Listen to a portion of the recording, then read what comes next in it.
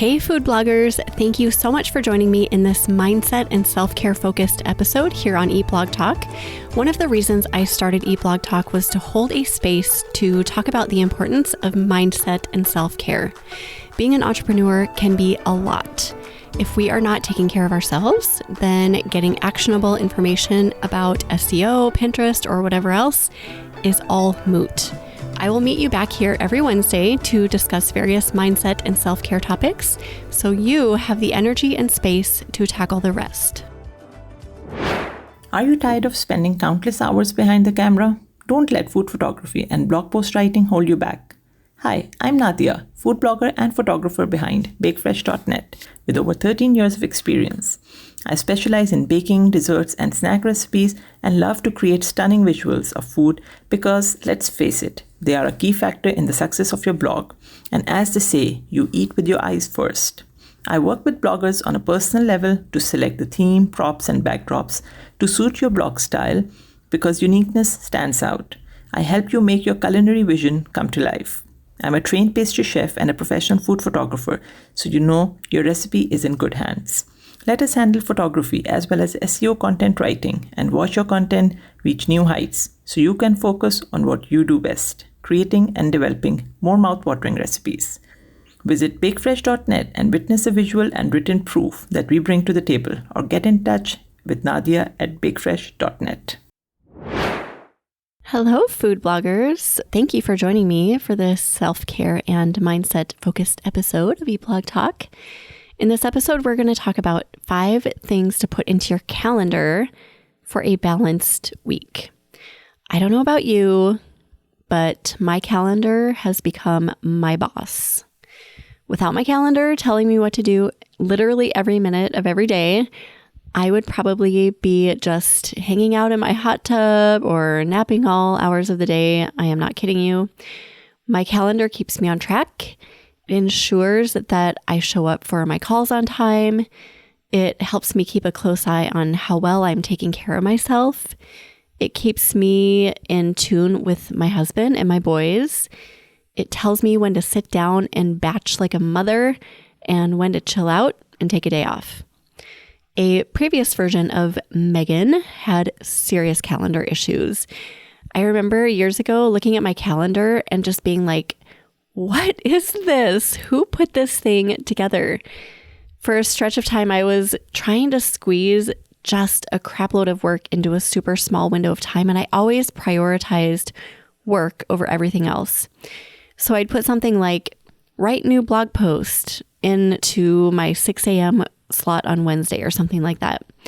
When in reality, I didn't even wake up till 7. So it was just super weird. It was not effective. It did not get the job done. Fast forward to now, I'm pretty dang efficient with my calendar. My calendar and I, we have a good relationship. The first thing I had to do to get to the place I'm at now was to just be realistic. That 6 a.m. work time that would never happen was not realistic. The second thing I had to do was to make my calendar the boss. Then I just had to know what to put on my calendar and what to say no to in order to find balance. And that is what we are going to talk about in this episode. Everything else falls into place after you do these things. I promise everything feels more balanced. Everything feels more efficient. Your life will just feel smoother and so much better. Here's a question for you. Do you have an established calendar? Maybe you like paper and handwritten calendars, or maybe you're a Google Calendar type of gal or guy like myself. Find something you will go back to easily and consistently and run with it. That is the most important thing. Also, I highly recommend that you get into the habit of looking at your calendar multiple times a day. That might seem like overkill, but I promise it's not overkill. And once you get into it, it will feel really natural. I look at my calendar at the end of every single week before the next week begins. And I also look at my calendar at the end of every day before the next day begins. This happens without fail every week, every day. It is an established habit for me.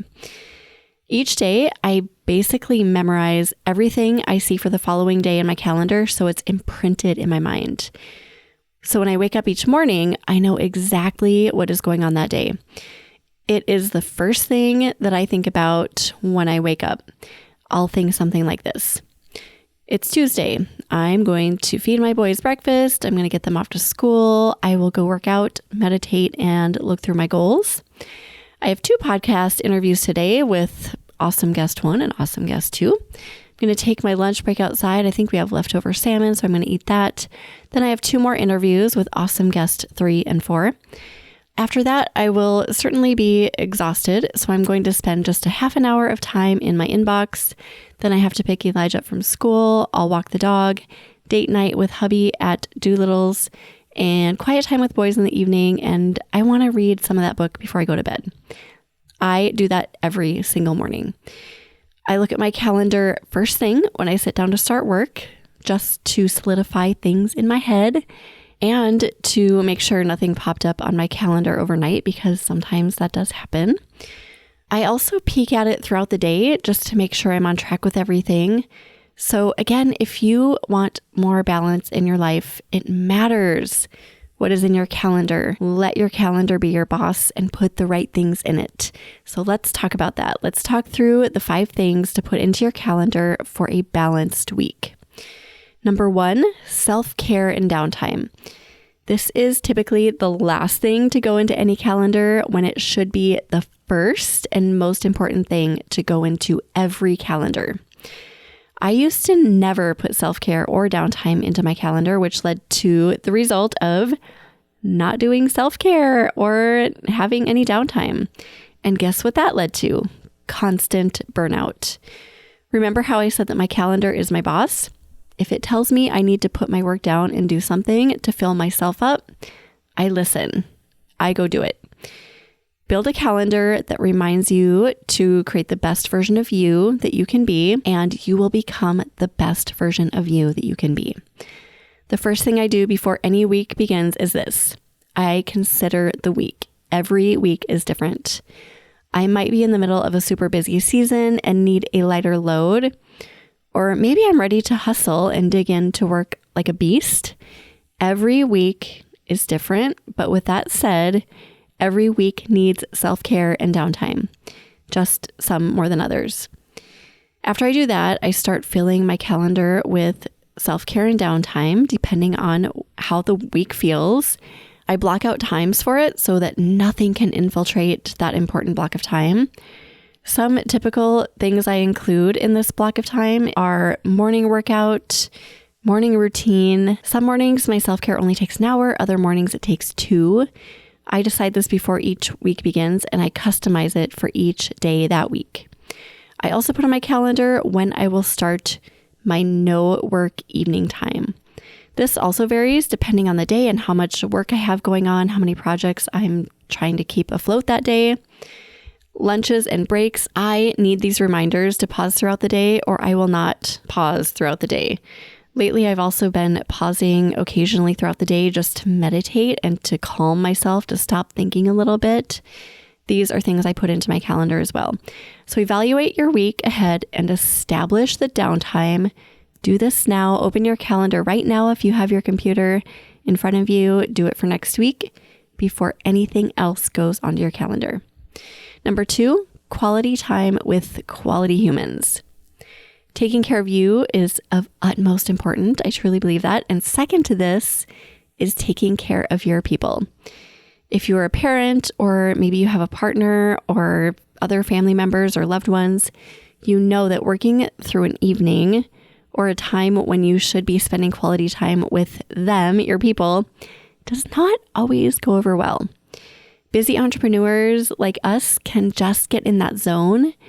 And sometimes, honestly, speaking for myself here, we need to be pulled out from our work zones and almost like they're trances at times. What better way to do this than to have your calendar boss reminding you about this?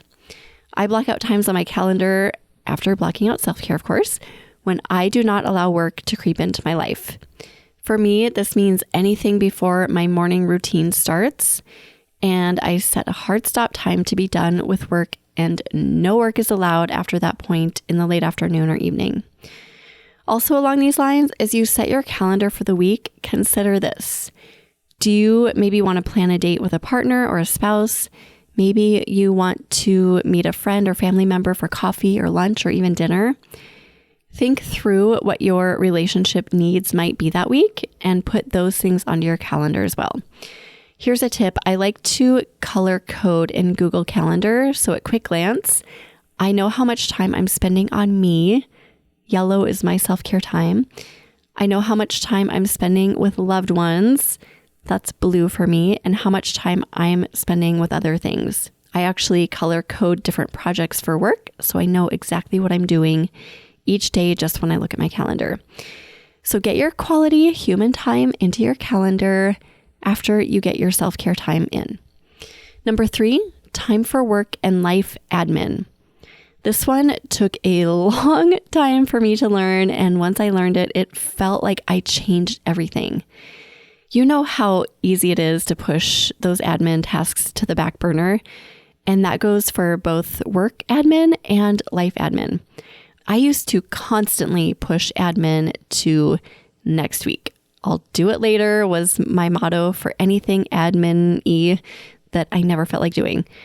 Except then I would find myself in huge, chaotic, tangly messes once I realized that I had managed to push all of my admin tasks aside for, 3 to 6 months. And suddenly I had to do them all at once, which was so overwhelming, emotionally draining, exhausting, and not at all efficient. Admin should be addressed on a weekly basis in order to avoid those backups. Backups equal trouble and disruption, and we don't want that. What I do now is I include 2 admin categories into each week: work admin every day and life admin every week. Work admin includes email and miscellaneous tasks such as scheduling Zoom calls, communicating in Slack channels, tending to email, etc. Life admin includes scheduling appointments for me and my family, making dinner reservations, communicating with teachers or schools, planning meals, etc. Figure out how much daily or weekly time you need for both work and life admin and put it into your calendar. Your future self will thank you for setting aside time for and consistently putting in effort to get admin work off your plate. Number 4, calls and appointments. Depending on your business, your health situation, and your family situation, this piece will definitely vary. In my business, calls are essential and I host a lot of them. In your business, you might have very few calls to host or even attend. We have a son with significant medical needs, so we have appointments for him pretty frequently. If you and your loved ones don't see the doctor often or need to, you might not have a lot of appointments to attend. Wherever you are on these spectrums, if you have calls or appointments to host or attend, these should be put onto and protected on your calendar.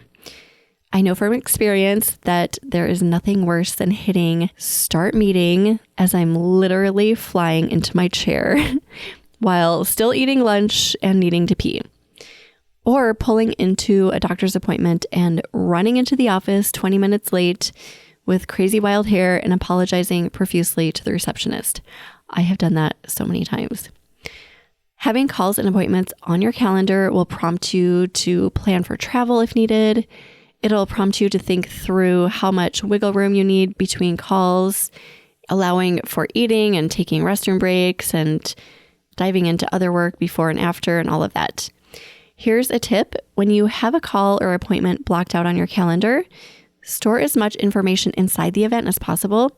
So if you're going somewhere physically, put the address of the location you need to go, the travel time. If it's a virtual meeting, have the Zoom link, the attendees, and any other information you will need to know.